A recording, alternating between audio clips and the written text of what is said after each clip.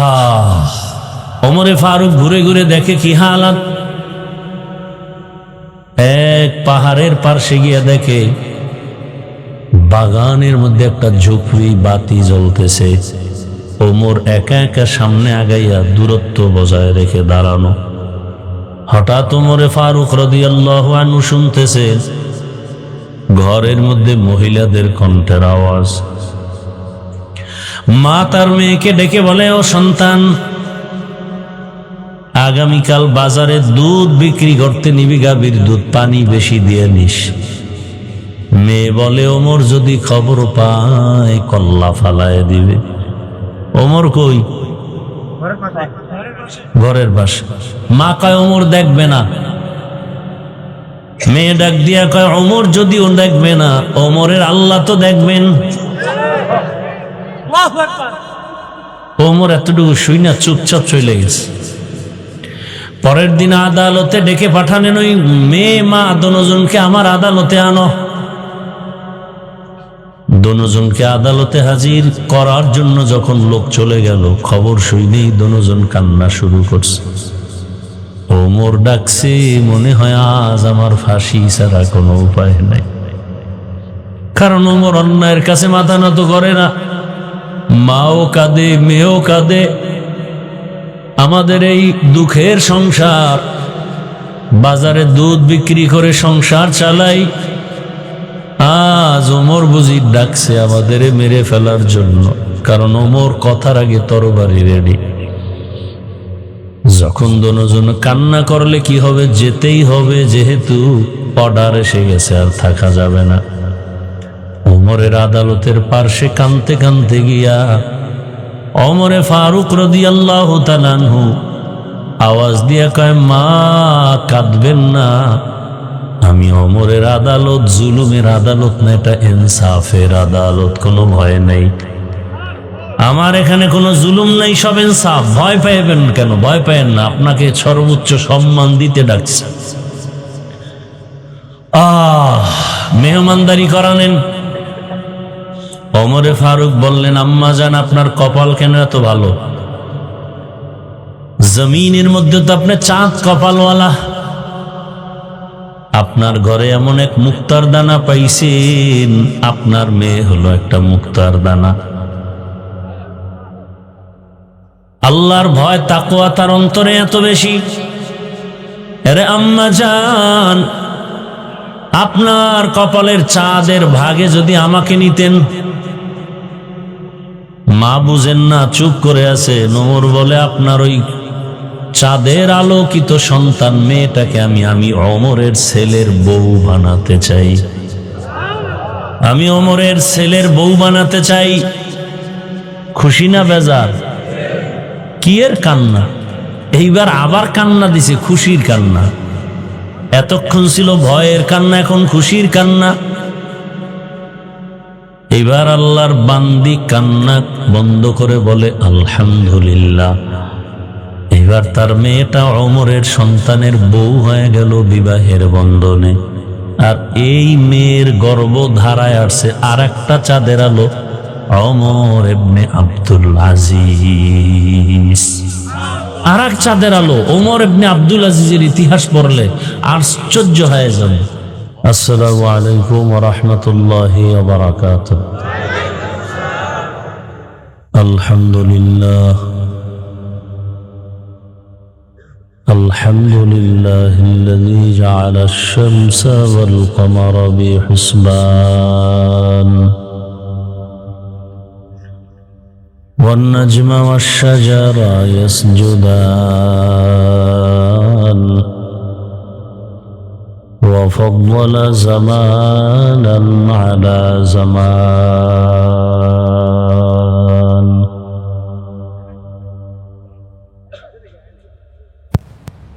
كما فضل مكانا على مكان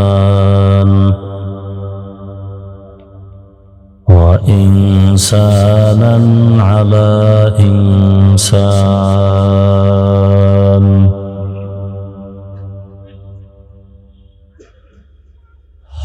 ونشهد أن لا إله إلا الله وحده لا شريك له لا ضد له ولا ند له ولا مثل له ونشهد أن سيدنا ومولانا محمدا عبده ورسوله اللهم صل على محمد النبي الأمي وعلى آله وسلم تسليما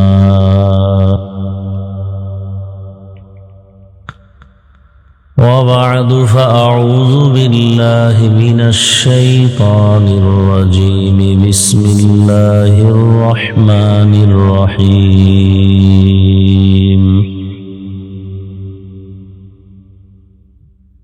يا أيها الذين آمنوا اتقوا الله ولتنظر نفس ما قدمت لغد واتقوا الله إن الله خبير بما تعملون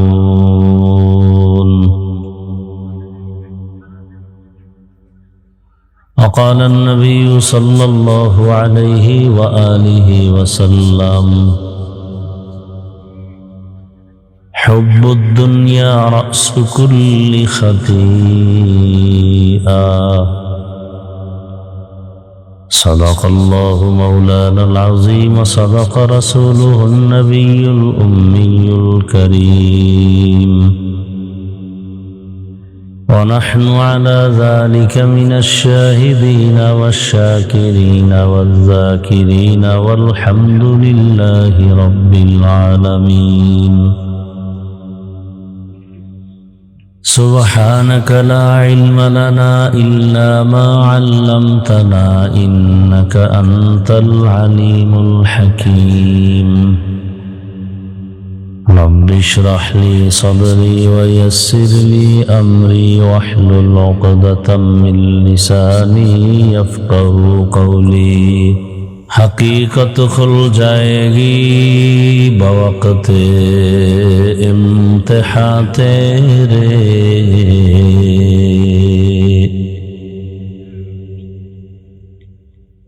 حقیقت کھل جائے گی بوقت امتحان تیرے کہ سستی میں یا محنت میں گزاری زندگی تو نے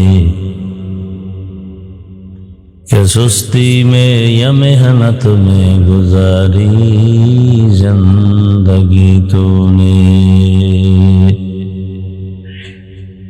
محمد نے آ کر کفر کو مٹایا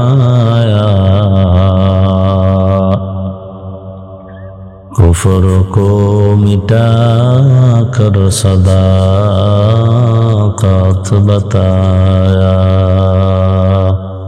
25 জানুয়ারি 2026 অধ্যকার ওয়াজ ও মাহফিলে উপস্থিত মোহতারাম সম্মানিত সভাপতি আলহাজ মোহাম্মদ ইমরান কামাল খান সাহেব, প্রধান অতিথি জনাব মোহাম্মদ ফরহাদ জায়দার সাহেব সহ অন্যান্য অতিথিবৃন্দ, হযরত উলামায়ে কেরাম, এলাকার বিভিন্ন জায়গা থেকে আগত আল্লাহর পাকের আশিকিন, জাকিরিন, শাকিরিন, মুহিব্বিন, মুরব্বিয়ান নিজাম, কলিজার টুকরা আমার সমবয়সী যুবক বন্ধুগণ, স্নেহের ছোট ভাই, পর্দার আড়ালে মা বোনেরা, আল্লাহ পাকের দরবারে শুকর যে আল্লাহ আমাদেরকে সুস্থ রেখেছেন, আলহামদুলিল্লাহ।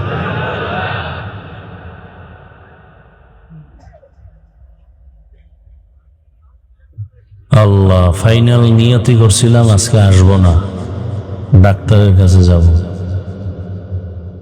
এরপরও কঠিন অসুস্থতার মধ্যে দিয়ে আসছি। খুব অনুরোধের পরে বেঁচে থাকলে আল্লাহ কবুল করলে বহু দেখা হবে, কথা হবে, কিন্তু আপনাদের অন্তর এটা অনেক সময় মানবিক দৃষ্টি হারাইয়া পাগলের মতো আবল তাবল বলতে থাকেন, তাও একজন আলেমের শানে। এটা না জেনে না বুঝে কারো ব্যাপারে খারাপ মন্তব্য করা কবিরা গুনাহ,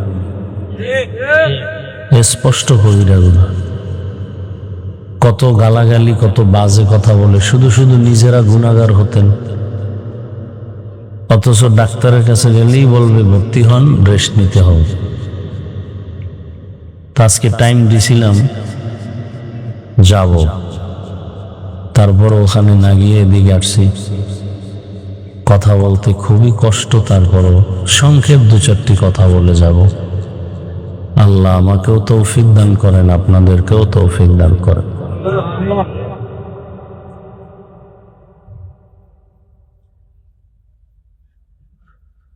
আল্লাহ, যে আয়াত হাদিস আমি তেলাওয়াত করছি ইখলাস রুহানিয়তের সমন্বয়, সহি নিয়তে সহি তরিকায় কিছু কথা বলার মতো, শুনবার মতো আল্লাহ আমাকে আপনাদের সকলকে তৌফিক দান করেন। ইয়া আইয়ুহাল্লাযীনা আমানুত্তাকুল্লাহ ওয়ালতানজুর নাফসুম মা কদ্দামাত লিগাদিন ওয়াত্তাকুল্লাহ ইন্নাল্লাহা খাবীরুম বিমা তা'মালুন। আল্লাহ বলেন, তোমরা আমি আল্লাহকে ভয় করো এবং তোমার সামনে একটা জীবন আছে, স্থায়ী জীবন। সেই জীবনের জন্য কি সম্বল সঞ্চয় করেছো সেদিকে মনোনিবেশ হও। ওয়াত্তাকুল্লাহ, আল্লাহ আবার বলেন আমাকে ভয় করো। ইন্নাল্লাহা খাবীরুম বিমা তা'মালুন, আল্লাহ বলেন তোমাদের কর্মের খবর আমি আল্লাহ অগ্রিম জানি। নবীজি বলেন, হুব্বুদ দুনিয়া রাসু কুল্লি খাতিআ, দুনিয়ার লোভ, ভালোবাসা, মোহাব্বত সব ধ্বংসের কারণ।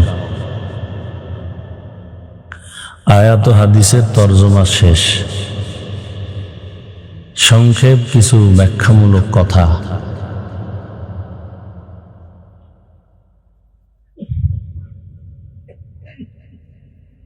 হাদিসের উপরে কিছুক্ষণ কথা বলি, খেয়াল করেন। নবীজি বলেন দুনিয়ার লোভ, ভালোবাসা, মোহাব্বত সব কিছু ধ্বংসের কারণ। কথার একটু জবাব দিয়েন আল্লাহর ওয়াস্তে। দুনিয়ার লোভ, যত মানুষ দেখেন ধ্বংসের পথে আছে। আখিরাত মানে না, আল্লাহ মানে না, রসুল মানে না, ইসলাম মানে না। চিনলেন না, বুঝেন, ঠান্ডা আওয়াজে জবাব দিয়ে। এখানে আমরা কারোর সাথে ঝগড়া করতে আসি না। রাস্তায় স্লোগান দিবেন, এখন চলতেছে না, রংসা খাইবেন আর চিল্লাইবেন, আর ভোটের আগের রাত্রে 500 টাকায় বিক্রি হয়ে যাবে। কি এরকম অমানুষ পশু নাই? যারা ভোটের আগের রাত্রে বিক্রি হয় ওরা পশু। আল্লাহ কইছে না, ওরা শুয়ারের চেয়েও খারাপ, পশুর চেয়েও খারাপ। উলাইকা হুম শাররুল বারিয়া। মানুষ টাকায় বিক্রি হয় না, টাকায় বিক্রি হয় পশু, চরিত্রহীন অমানুষ। পশুরও তো দাম আছে। শেরপুর বাজারে ভালো মানের একটা মুরগি কিনতে গেলে 800 থেকে 1000, ভালো মানের একটা ছাগল কিনলে 20,000, ভালো মানের একটা গরু কিনলে 1 লাখ প্লাস। আর আপনারা বিক্রি হবেন ভোটের আগের রাত্রে 500 টাকায়। তার মানে ছাগলের সমান দামও আপনার নাই, মানে আপনি ছাগলের চেয়েও খারাপ, মানে গরুর চেয়ে খারাপ, মানে কুত্তার চেয়ে খারাপ, শুকরের চেয়ে খারাপ। এই হলো বিবেক। এবার শুনেন দলিল। আল্লাহ কি বলছেন? যেই মানুষগুলো নিজের মানুষত্ব ধরে রাখে না, আল্লাহ তাদের ব্যাপারে বলেন সূরা আরাফ 9 পারা, ওয়ালাকাদ যারানা লিজাহান্নামা কাসীরাম মিনাল জিন্নি ওয়াল ইনসি লাহুম কুলুবুন লা ইয়াফকাহুনা বিহা ওয়ালাহুম আ'য়ুনুন লা ইউবসিরুনা বিহা ওয়ালাহুম আযানুন লা ইয়াসমাউনা বিহা উলাইকা কাল আনআমি বাল হুম আযাল উলাইকা হুমুল গাফিলুন।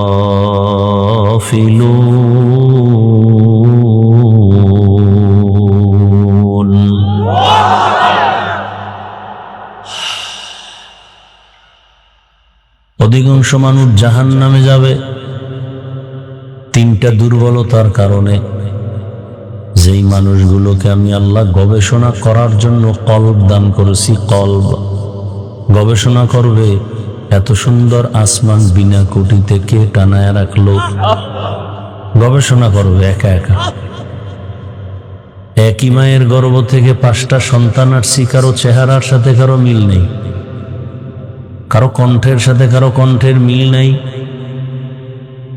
আমি ঘুমায় গেলে আমাকে সজাগ আমার যিনি করে দেন, মরা হয়ে যায় ঘুমের মধ্যে। আমি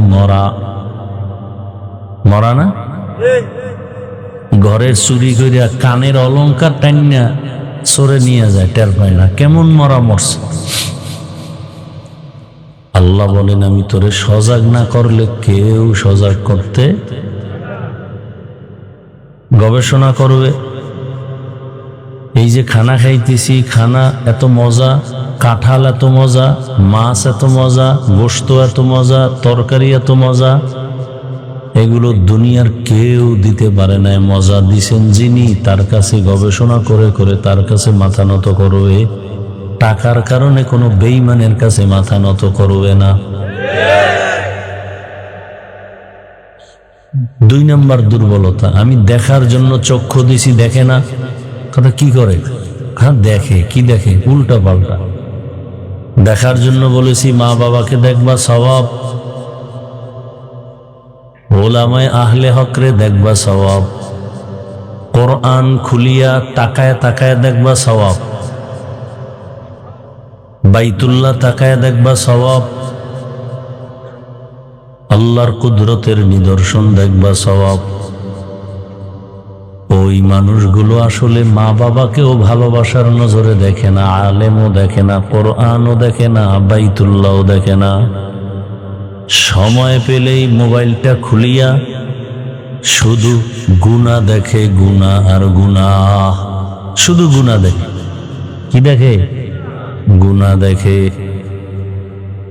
চোখের গুনাহ, হাতের গুনাহ, জবানের গুনাহ, অন্তরের গুনাহ, শুধু গুনাহ আর গুনাহ। 3 নম্বর দুর্বলতা, আমি ওরে কান দিছিলাম শোনার জন্য। কি শুনবে?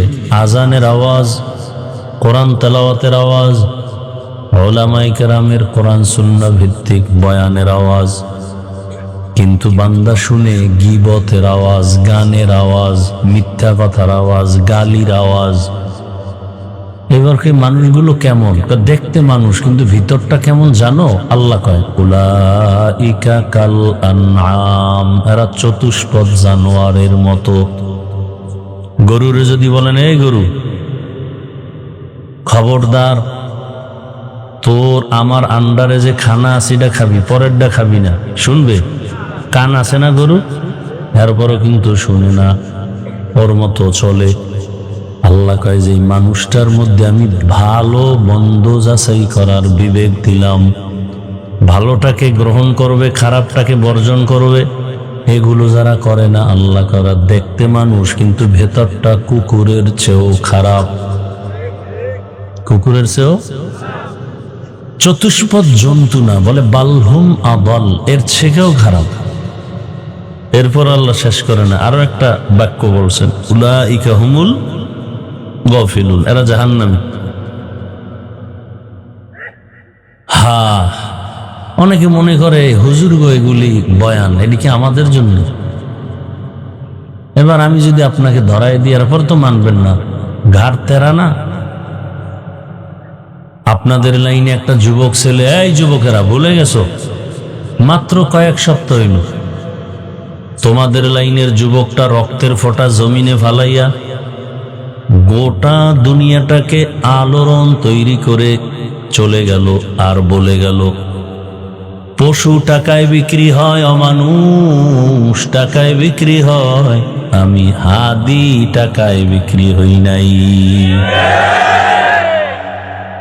তুমি কেমন যুবক? একটু লজ্জা শরম আসে না? 40 বছর পর্যন্ত তোমার চেহারা থাকবে আলোকিত উজ্জ্বল, 25 বছরে চেহারা নষ্ট কেন? তোমার চেহারার দিকে আকর্ষণ নাই, তাকাইলে মায়া লাগে না, কারণ কি? কি পরিমাণ অপরাধ করেছো, অন্যায় করেছো। 1500 বছর আগে রঈসুল মুফাসসিরিন আব্দুল্লাহ ইবনে আব্বাস রাদিয়াল্লাহু তাআলা আনহু বলেছেন, মানুষ গুনাহ করতে করতে যখন সীমা লঙ্ঘন করবে তখন তার উপরে নগদ শাস্তি আসবে 5টা। বুঝেন কথা, বুঝেন? গুনাহ করারও একটা সীমা না? এই সীমা লঙ্ঘন যখন করবে তখন 5 শাস্তি নগদ। প্রথম শাস্তি, চেহারার নূর আল্লাহ নিয়ে যাবেন, চেহারায় নূর থাকবে না। 2 নম্বর শাস্তি, খানায় বরকত থাকবে না। খাইবে ঠিক, কিন্তু বাথরুমে যাইবে, খাওয়ার পরে রোগ বাড়বে, শক্তি আসবে না। এরকম 5টা শাস্তি। ওই ছেলেটার কথা কি ভুলে গেছো যুবক? রাস্তা দিয়ে হাঁটতেছে, মানুষ এসে এসে ইচ্ছা করে টাকা দেয়। এই ফেসবুকের গোলামেরা, দেখো নাই 50,000 টাকার বান্ডিল, ইন্তেকালের পরে তার অ্যাকাউন্ট চেক করে দেখা হলো কোটি কোটি টাকা জমা হয়ে গেছে। যুবকরা বলো, ওই ছেলে কোনোদিন লাইভে এসে টাকা চাইছে? হ্যাঁ? আর তোর চরিত্র কত খারাপ! সারা রাত মোবাইলে গুনাহ করবি, এমবি নাই, পাগল হয়ে গেছো। এমবি ভাই কই, টাকা লাগবে, খুঁজা খুঁজা বের করছো। মায়ের টাকা, বাবার টাকা চুরি করো। তুই কত নিকৃষ্ট সন্তান যে বাবার টাকা চুরি করো, মায়ের টাকা চুরি করো। তোর মা বাবাকে ধ্বংস করার জন্য তৃতীয় আর কাউকে দরকার নাই, তুই যথেষ্ট।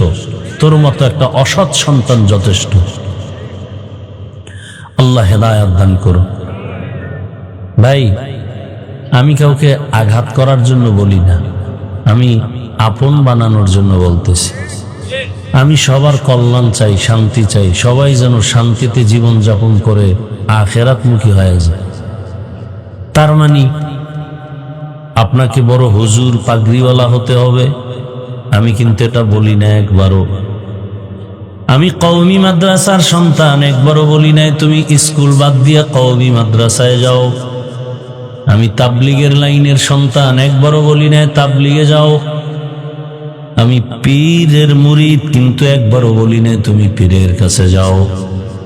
আমি শুধু পীরের মুরিদ না, বরং সারা বাংলাদেশে চ্যালেঞ্জ দিয়া দিছি, যারা বলে আমরা পীর মুরিদি অলিয়া উলিয়া মানি না, ওরা কোরআন মানে না, বুখারী মানে না, ওরা ভণ্ড। ওদের যারা ভণ্ড বলে না তারাও ভণ্ড। চ্যালেঞ্জ দেওয়া, যারা বলে আমরা পীর মুরিদি অলিয়া উলিয়া মানি না, এরা কোরআন মানে না, বুখারী শরীফ মানে না, এরা বাতেল। এদেরকে যারা বাতেল বলে না তারাও বাতেল। কিন্তু আমি এখানে একবারও বলছি পীরের কাছে যাও না। ওই লাইনে বয়ান করার আমাদের ওলামায়ে কেরাম যথেষ্ট আছে, আলহামদুলিল্লাহ। শুধু তাই না, আমার দেশে মাওলানা মুফতি মুহাদ্দিসের অভাব নাই। আমার দেশে অভাব যেটা, আমি ওই দিকটাকে একটু হাইলাইট করে বয়ান করি। আমার দেশে আদর্শবান ডাক্তারের বড় অভাব, আদর্শবান ইঞ্জিনিয়ারের অভাব, আদর্শবান প্রফেসরের অভাব, আদর্শবান ওসি ডিসি এসপি সাহেবদের বড় অভাব। আজ যদি আমার বাংলাদেশের প্রত্যেকটা থানা জেলার ওসি ডিসি এসপি যদি 5 ওয়াক্ত নামাজি হইতো, আল্লাহর ভয় থাকতো, কোনোদিন ময়দানে ময়দানে গ্রামে গ্রামে কোরআনের বয়ান চলতো, কোনো সুদখোরের পেছনে অনুমতি নেওয়ার প্রয়োজন হতো না। কি ওয়াজ হবে, কোরআনের বয়ান হবে, মানুষকে ভালো বানানোর বয়ান, এখানে অনুমতি কি? কিসের অনুমতি? দুনিয়ার সব আকাম চলে, কোরআনের বয়ান চললে অনুমতি। সব দোষ আপনাদের, সব আপনাদের দোষ। আঙ্গুলটা নিজের দিকে দেন। ওই ভোটের আগে যদি বিক্রি না হইতেন তাহলে বুক ফুলায় কথা বলতে পারতেন। চোরের মতো থাকেন, নেতার বিরুদ্ধে কিছু বলতে পারেন না। সুদখোর 24টা ঘন্টা তার মায়ের সাথে জেনার গুনাহ অল টাইম। আর হে মসজিদের দায়িত্বে যদি আসে তো গজব আসবে না, কি আসবে? আপনারা বানাইছেন না, টাকা খাইছেন, কিছু কইতে পারেন না। যেই চোরারা শ্বশুর বাড়ির থেকে যৌতুক খায়, ওরা আজীবন বউয়ের গোলাম হয়ে পা চাটে, ও কথা বলতে পারেন। এরকম চোর নাই? আল্লাহ হেদায়েত দান করেন। কে বলবে এই কথাগুলো? বলেন তো, আপনাদেরকে এই কথাগুলো আমি বলতেছি কি জাহান্নামে নেওয়ার জন্য? আমি ভালোর জন্য বলতেছি, আপনার ভালোর জন্য। আপনি ডাক্তার হন, কিন্তু আপনি সম্মানিত ডাক্তার হন। আমি চাই আপনি প্রফেসর হন, সর্বোচ্চ সম্মানের প্রফেসর হন। গোটা দুনিয়ার মানুষ ওই লোকটাকে কে চেনে না? ডাক্তার জাকির নায়েক। কি টাকার গরম, ক্ষমতার গরম। আমগো দেশের তাসলিমা নাসরিনও তো একজন MBBS ডাক্তার। জুতা খাইয়ে বিদেশ গেল কেন, পালাইলো কেন? শুধু ডাক্তার না, তাসলিমা নাসরিন কোরআনের তাফসির পড়ে, ব্যাখ্যা করে, আর আল্লাহর ভুল ধরে। তো জাকির নায়েক সাহেবও ডাক্তার, তাসলিমাও। জাকির নায়েকের জন্য গোটা দুনিয়া পাগল কেন? টাকার গরমে না, ক্ষমতার পাওয়ারে না, একমাত্র সুন্দর চরিত্র, নৈতিক আদর্শের কারণ।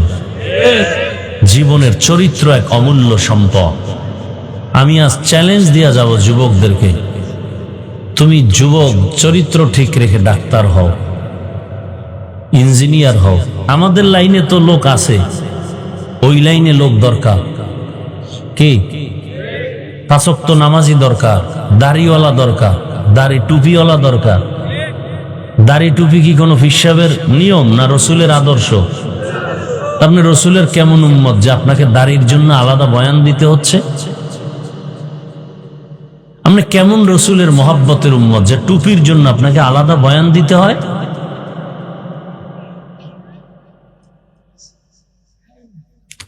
কেমন মুসলমান আপনি? আপনার আমার আল্লাহ এক, নবী এক, কোরআন এক, কাবা এক, ধর্ম এক, কালেমা এক, সব এক।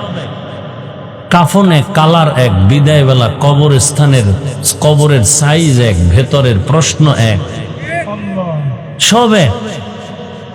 অথচ আমি টুপি খুলতে চাই না, লজ্জা। আর আপনি কেমন, কি বলবো, আপনি কেমন মুসলমান যে আপনি টুপি দিতে চান না, লজ্জা লাগে? মানে কেমন মুসলমান? আমি দাড়ি কাটতে চাই না, লজ্জা। আর আপনি দাড়ি রাখতে চান না, লজ্জা লাগে। আপনি কেমন মুসলমান? আমি পর্দা না করলে লজ্জা পাই, আর আপনি পর্দা করতে গেলে লজ্জা পান। আমি মসজিদে না গেলে লজ্জা পাই, আর আপনি মসজিদে গেলে লজ্জা পান। আপনি কত বড় নিকৃষ্ট মুসলমান! আবার মাস্তানি মাস্তানি ভাব দেখান। লজ্জা থাকলে তো চোখের পানি আসতো, মাথা নত হইতো, যে আসলে আমি একটা রসুলের উম্মতে এত বড় খারাপ হইলাম কেন? অথচ আপনাদের লাইনে, হুজুর না, জীবনে মাদ্রাসায় যায় না, আপনাদের লাইনে, জেনারেল লাইনের মানুষ, দাড়িওয়ালা নামাজি, র্যাব আর্মি নাই। সত্য বলেন, মিথ্যা বলেন? ওসি ডিসি এসপি দাড়িওয়ালা নামাজি নাই। আপনার উপরে কার গজব লাগছে বলেন তো? কার বরদোয়া নিছেন বলেন? কার অভিশাপ নিয়েছেন বলেন? আপনার মতো জেনারেল লাইনের মানুষ স্কুলে পড়ে, কলেজে পড়ে, প্রফেসর, ডাক্তার, ইঞ্জিনিয়ার, দাড়িওয়ালা, 5 ওয়াক্ত নামাজি, 1 টাকাও হারাম খায় না, নাই? আপনার কপালে কার বরদোয়া লাগছে বলেন? আপনি অবশ্যই অভিশপ্ত, আপনার উপরে কারো অভিশাপ লাগছে। না হয় মুসলমান হয়ে আপনি দাড়িকে পছন্দ করবেন না কেন? যদি পছন্দ করেন তা তো কইবেন হুজুর দোয়া করেন, চেষ্টা করি পারিন। যদি বেদবি করে বলেন দাড়ি না রাখলে অসুবিধা কি? তো রসুল যদি বলে তোর মতো বেদ উম্মত না হইলে অসুবিধা কি? কি রাগ করতেছেন না? এই কথাগুলো আমরা যদি আপনাদের না বলি কে বলবে বলেন তো? আর আমি তো কোরআন হাদিসের আলোকে ইসলামকে উঁচু করার জন্য বলতেছি, আপনার কল্যাণের জন্য বলতেছি। কই আমি তো হুজুর হইতে বলি না, আমি তো আরো বলতেছি ডাক্তার হন, ইঞ্জিনিয়ার হন, প্রফেসর হন, ওসি হন, এমপি হন, বেয়াদব হইয়েন না। কি আপনাদের লাইনে রাস্তায় গাড়ি চালায় ড্রাইভার নামাজি নাই? ব্যবসায়ী বাবারা বলেন তো আপনাদের ব্যবসায়ীদের মধ্যে নামাজি নাই? তা আপনি পারবেন না কেন? চাকরিজীবী বাবার আপনাদের মধ্যে কি চাকরিজীবী নামাজি দাড়িওয়ালা নাই? আপনি পারবেন না কেন? রিজিকের মালিককে তাল মিলেন না, বুঝা শুনা কন। কয়দিনের জন্য? কতটুকু? প্রতিদিনের অর্ধেক। হ্যাঁ, পিপিলিকার খানা কে দেন? নদীর মাছ হাজার হাজার কে খাওয়ায়? উড়ন্ত পাখি সারাদিন উড়ে উড়তে উড়তে পেট ভইরা সন্ধ্যায় বাসায় আসে, কে খাওয়ায়? জঙ্গলের প্রাণীর খানা কে দেন? ওরা দামি না আমরা দামি? তা আপনি টাকার জন্য দাড়ি কাটছেন কেন?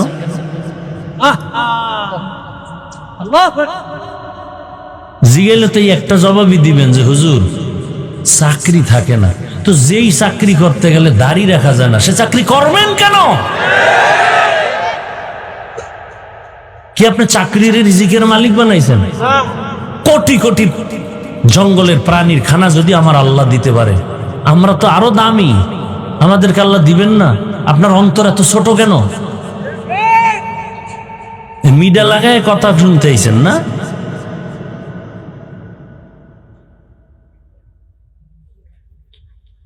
আল্লাহ কি বাহাদুর কই? 10 তলা বিল্ডিং খাড়ায় রয়েছে আর বাহাদুরে কলা পাতা বিছিয়ে জঙ্গলে ঘুমায়। এই মাস্তানির লাভ কি? কোন লাভ আছে? কয়দিন? নমরুদ কই, ফেরাউন কই, সাদ্দাত কই, সাদ্দাম কই, গাদ্দাফি কই, বুশ কই, আরো রা কই? কিছুদিন পরে শুনবো আপনারা কই। আকাম করলে তো আপনারও বিল্ডিং থুইয়া পালাইতে হইবে। একই তো নিয়ম। নিয়ম কি দুই নাকি? টাকা দিয়া সম্মান কিনলে কি হয়? প্রথমে ফুলের মালা, ফাইনালে জুতার মালা। আর আমরা সম্মান কিনার জন্য ঘুরি না, আল্লাহর কাছে ভোর রাত্রে কান্না করি। বঙ্গোপসাগর কুয়াকাটার থেকে একটা থাপ্পড় দিয়ে আল্লাহ বগুড়ার জমিনে চেয়ারে বসায় বয়ান শুনাইতেছে। কোন দল আইলো আর গেল জানার দরকার নাই। এমপি সাহেব দেখছে হুজুর আপনার নাম শুনছি, দেখা হয়ে গেছে, দোয়া করেন। আর আপনি এই এমপির পিছে ঘুরতে ঘুরতে পায়ের চামড়া শেষ। যখন চেয়ারে বসায় দিছেন, এবার দেখা করতে গেলে 1 সপ্তাহ আগে সিরিয়াল লও। টাকার সম্মানের জ্বালা কেমন? আপনার তো গোলাম, ও জানে ওরে তো কিনে ফেলাইছি 500 টাকায়।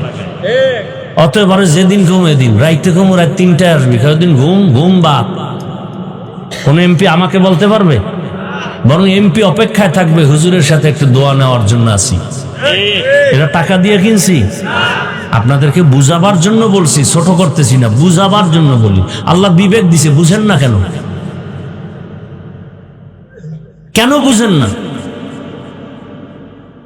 মহামারী করোনা, স্কুল কলেজ বন্ধ, ফ্যাক্টরি চাকরি ব্যবসা গাড়ি সব বন্ধ, মাদ্রাসা তো বন্ধ হয় নাই। দেখার পরও মানেন না কেন? বাবার করোনা, ছেলে পাশে যায় না, যদি মরে। শেষ পর্যন্ত বাবায় মইরেই গেছে। এলাকার গরিবের কয় কিছু টাকা দিলাম, লাশটা রাস্তায় থুইয়াই। এই শত শত করোনার লাশ আমাকে হুজুরেরা আলেমরা কাঁধে নিয়ে গোসল করাইয়া কাফন পরাইয়া জানাজা দিয়ে কবরে রাখছে। একটা হুজুরও তো করোনায় মরে নাই। এগুলো চোখের সামনের কথা, তো গাইবি বয়ান না, এত নগদ বয়ান।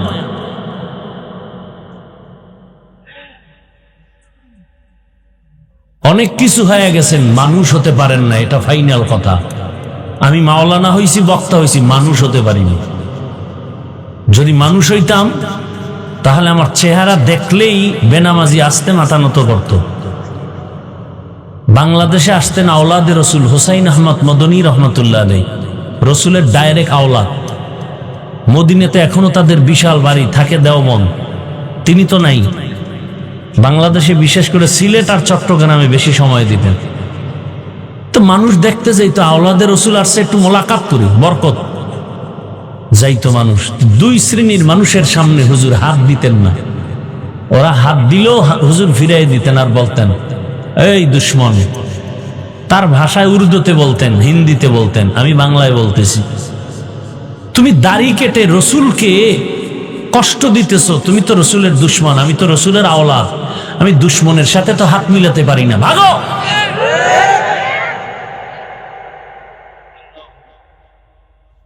আর এক শ্রেণীর মানুষের সাথে হুজুর হাত মিলাতেন না আওলাদে রসুল, যারা সাহাবায়ে কেরামের বিরোধিতা করে, এরাও রসুলের দুশ্মন।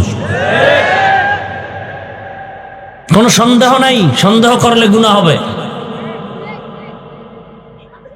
এই দুই শ্রেণীর মানুষের সাথে আওলাদে রসুল হাত মিলাতেন না, এরা ছিলেন মানুষ। আর আমি মাওলানা বক্তা হইছি ঠিক, মানুষ হতে পারিনি। আচ্ছা বলেন তো, জান্নাতের টিকিট পেয়েছেন কতজন সাহাবা? এটা আজকে শুনলেন? বলেন তো, প্রথম সাহাবীকে? আবু বকর। দ্বিতীয়কে? তৃতীয়কে? চতুর্থ? এরকম কতজন? এদের ইতিহাস আজকে গুগলে সার্চ দেন, খোলাফায়ে রাশিদিনের ইতিহাস, বাংলায় চলে আসবে। দেখেন তো আবু বকরের ইতিহাস, সারা জীবন কান্না কান্না কান্না। ওমরের ইতিহাস কান্না কান্না কান্না। জান্নাতের টিকিট হাতে পেয়ে কাঁদলেন কেন? ঘটনা বলার সময় নেই। রসুল মসজিদে নববীর পার্শ্বেই ঘুমায় আম্মা জান আয়েশার হুজরা। নবী এশা পরেই ঘুমায় যাইতেন, কারোর সাথে কোনো কথা বলতেন না। আর নবীর ঘুম কি ছিল? চোখ বন্ধ, কলব খোলা। নবী হঠাৎ ঘুমে গেছেন গভীর, হঠাৎ রাতেরও গভীর, ঘুমেরও গভীর, হঠাৎ কান্নার আওয়াজ আসতেছে। রহমতের নবী সজাগ হয়ে গেলেন, পেরেশান, কান্নার আওয়াজ আসে, আমার ঘুম ভেঙে গেল, কে কাঁদে?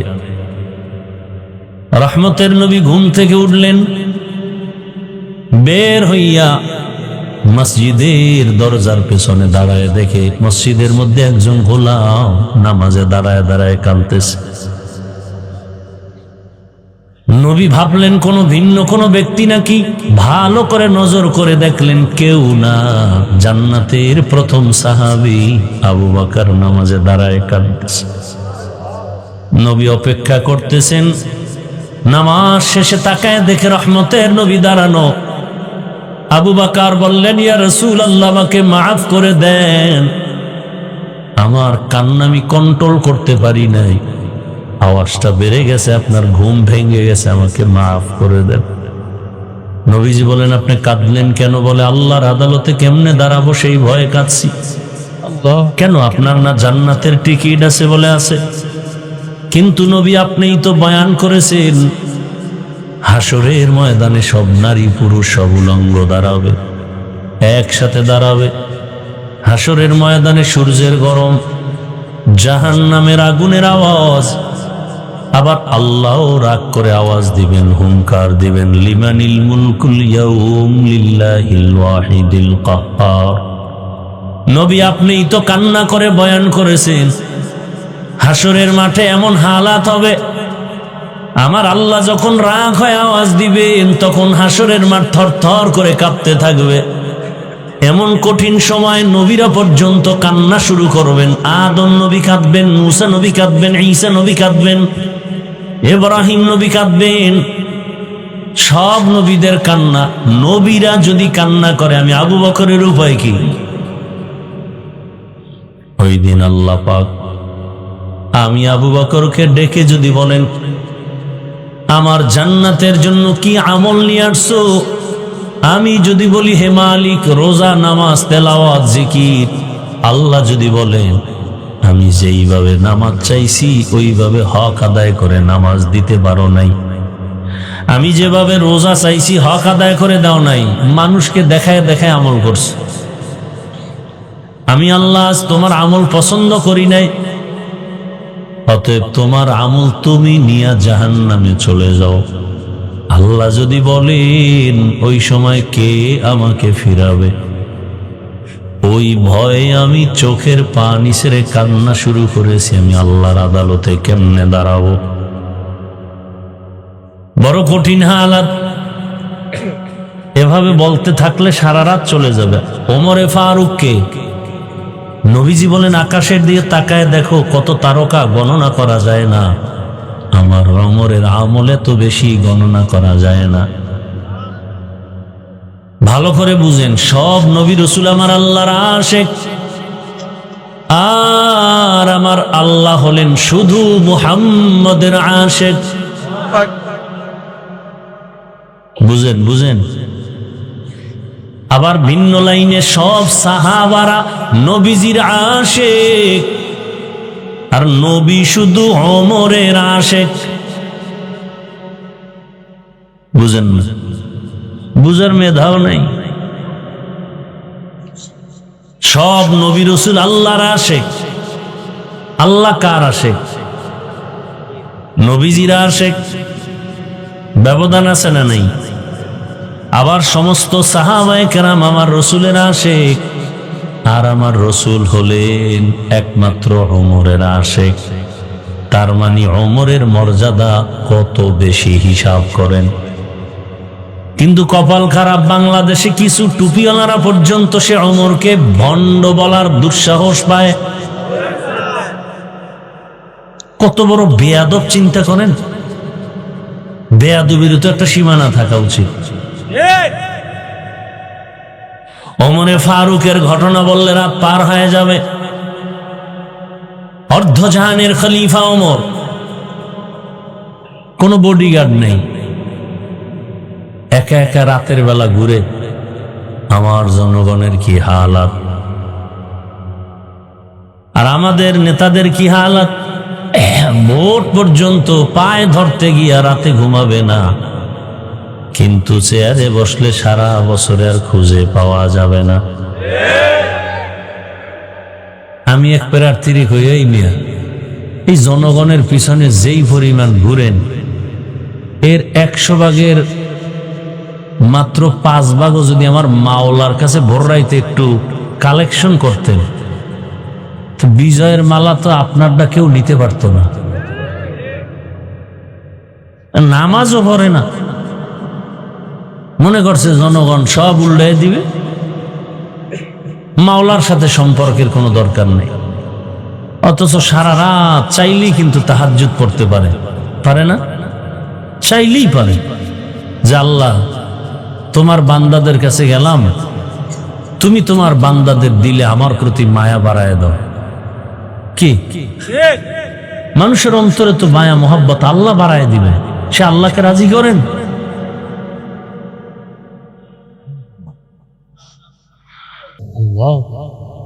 মুসলমান বিজয় কেন? অস্ত্রের কারণে?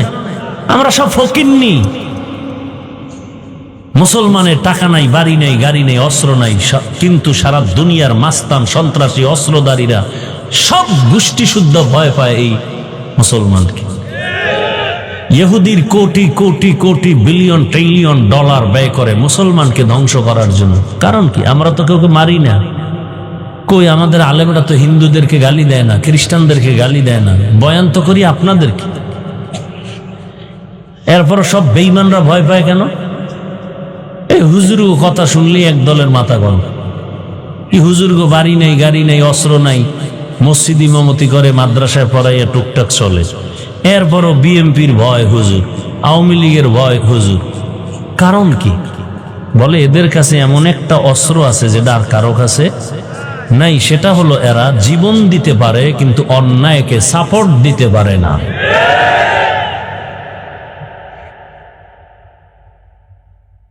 বড় কঠিন হালাত। বাংলাদেশে যতটা আন্দোলন বিজয়ী হয়েছে শুধু হুজুররা মাঠে নামার কারণে। জুলাই আন্দোলন বিজয় হয়েছে কাদের কারণে? ওলামায়ে কেরাম, ছাত্র সব নামছে, অথচ সেই সনদের মধ্যে দুনিয়ার সবগুলোর নাম আছে, একটা মাদ্রাসার ছাত্রদের নাম নেই। এ কথা বলবো কোথায়? শুনবে কে? শোনার মানুষ নাই, বলার মানুষ নাই, বিরোধিতা করার মানুষের অভাব নাই। আলেমের অবদান, অথচ এটাকে মুছে ফেললো। নাই আলেমদের কোনো একটা কলাম সনদের মধ্যে নাই। যাত্রাবাড়ির ওখানে কি পরিমাণ ছাত্র শহীদ হয়ে গেল চোখের সামনে, নাই তাদের কোনো নাম। আল্লাহ হেদায়েত দান করুন। কি বয়ান করব বলে? যাদের নামটা সুদের খাতায়, এরা হজ করলে কবুল হবে না, দান করলে কবুল হবে না, নামাজ পড়লে কবুল হবে না, জিকির করলে কবুল হবে না, তেলাওয়াত করলে কবুল হবে না। কি বয়ান করব বলেন?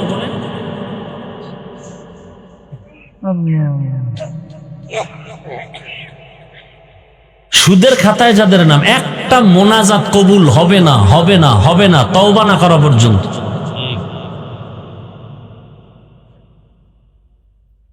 তা আপনি সারা জীবন সেজদা দিয়ে কপালে দাগ ফালাইলে লাভ কি? যদি আপনার ছেলে হারাম টাকা কামাই করে দেয় আর আপনি পেট ভরে খান।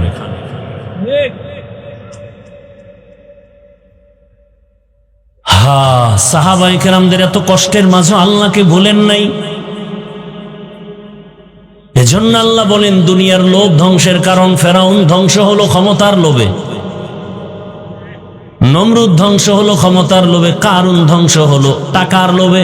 লোভ আবার তিন প্রকার: ক্ষমতার চেয়ারের লোভ, টাকার লোভ আর যৌবনের লোভ। তাসনিমা নাসরিন ধ্বংস হলো যৌবনের লোভে, কারুন ধ্বংস হলো টাকার লোভে। অনুরোধ করে বলি, যুবক এখনো সময় আছে, তওবা করো, নতুন ভাবে ঘুরে দাঁড়াও। স্কুলে পড়ো, কলেজে পড়ো, চাকরি করো, ব্যবসা করো, আর কোনোদিন নামাজ ছাড়বা না, দাড়ি কাটবা না। তোমার মতো যুবক যদি স্কুলে কলেজে পড়ে নামাজ পড়তে পারে, তুমি পারো না কেন?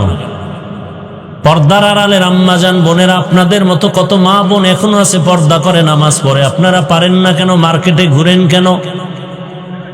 আপনার সন্তানটার জীবন নষ্ট করছেন, আপনার কি খবর নাই? ওই সন্তান এক সময় আপনাকে ধিক্কার দিবে আর বলবে আমার আম্মু খারাপ, আমার আব্বু সারাদিন বেগানা নিয়ে থাকতো, মোবাইল নিয়ে পড়ে থাকতো, আমার আম্মু মার্কেটে মার্কেটে ঘুরতো, ওরা ভালো না, আমি কেমনে ভালো হব? এই সন্তানের এই ধিক্কার শোনার জন্য এভাবে বেপরোয়া চলতেছেন। অনুরোধ করি এখনো তওবা করেন, ভালো একটা সন্তান দুনিয়াতে রেখে যান, ভালো ডাক্তার রেখে যাবেন, নামাজ পড়বে, রোগী দেখবে, তেলাওয়াত করবে, মা বাবার জন্য দোয়া করবে। অনুরোধ করে বলি তওবা করে নেন, আর মনে মনে তওবা করেন, আল্লাহকে বলেন হে মালিক, আর দাড়ি কাটবো না, নামাজ ছাড়বো না, বেপরদায় চলবো না, মা বাবার সাথে বেয়াদবি করবো না। শিক্ষকের দোয়া নিয়ে, উলামায়ে কেরামের দোয়া নিয়ে, নবীজির সুন্নাত আদর্শ অনুযায়ী জীবন চালাবো। তওবা করার মতো যদি কারো নিয়ত হয়, দুটো হাত আমার আল্লাহকে দেখায় দেন। আয় আল্লাহ, হাতগুলো কবুল করে নেন, তওবা কবুল করে নেন, তওবার উপরে মজবুত হইয়া চলার তৌফিক দান করেন, আমিন। অনেক কঠিন কঠিন কথা বলছি না? অনেকে কষ্ট পাইছেন, আল্লাহর রাস্তায় মাফ করে দিয়েন। আমি জান্নাতে নেওয়ার আশায় বলছি, আর কিচ্ছু না। আপনার সাথে আমার 2 দিন দেখাও হয় নাই, ঝগড়া হবে কেন? খালি পারলাম না নিচে নাইমা পাও 2টা ধরতে, তাও যদি একটা তারওয়ালা, বড় লম্বা তারওয়ালা একটা মাইকের ফোন আমার কানে দিত, আমি নিচে নেমে বয়ানও করতাম আর পাও ধরতাম, আর বলতাম আর দাড়ি কেটে আমার রসুল রে কাঁদায়ও না।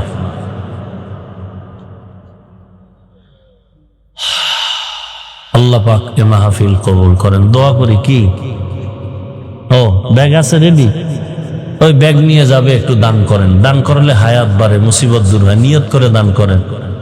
কারো অসুস্থ রোগী থাকলে নিয়ত করে দান করেন যে আমি এত টাকা দিলাম। ব্যাগের মধ্যে দিবেন আর নিয়ত করবেন, আল্লাহ দানের বরকতে আমার ব্যবসায় বরকত দাও, অসুস্থ সুস্থ বানাও। নামেন নামেন, সবাই দেন, 500, 1000, 100 যা পারি, কেউ ফিরাবেন না।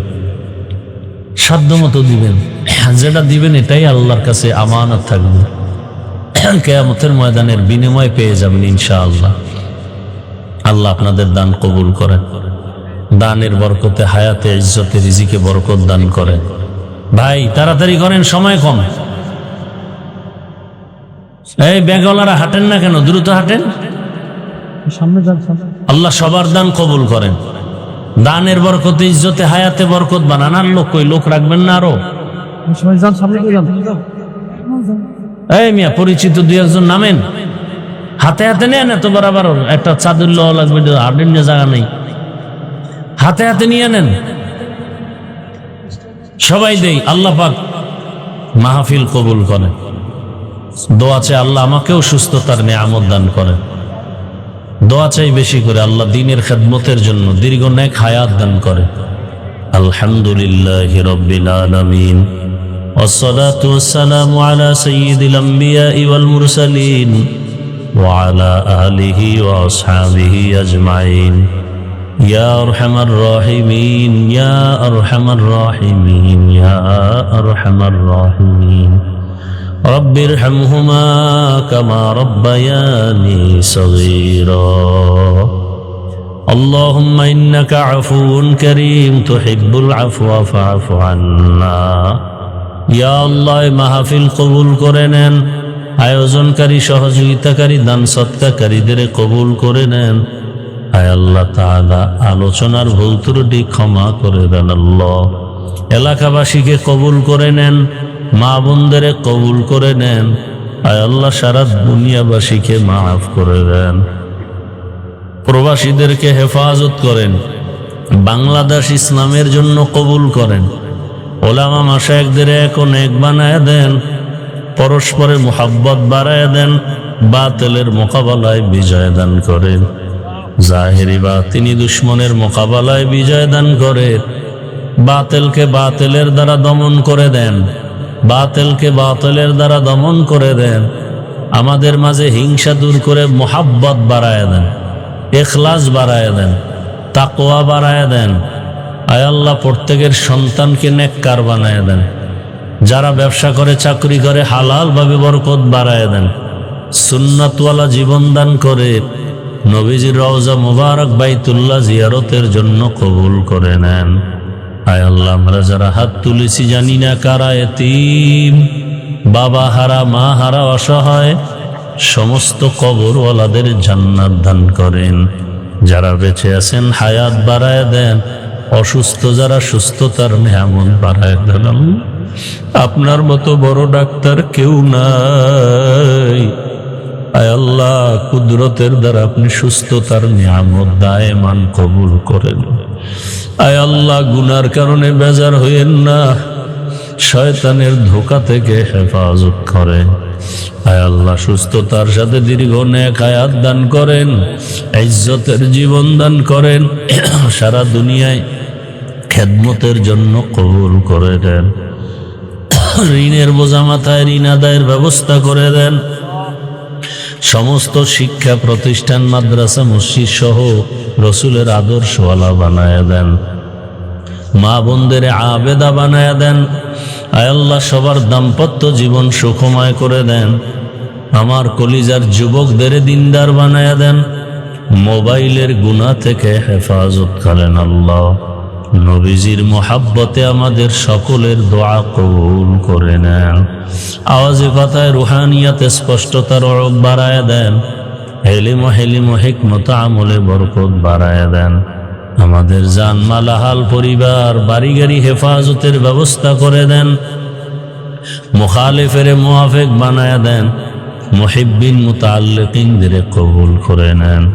ওয়াসাল্লাল্লাহু তাআলা আলা খায়রি খালকিহি মুহাম্মাদিন ওয়া আলিহি ওয়া আসহাবিহি আজমাইন বিরহমাতিকা ইয়া আরহামার রাহিমিন।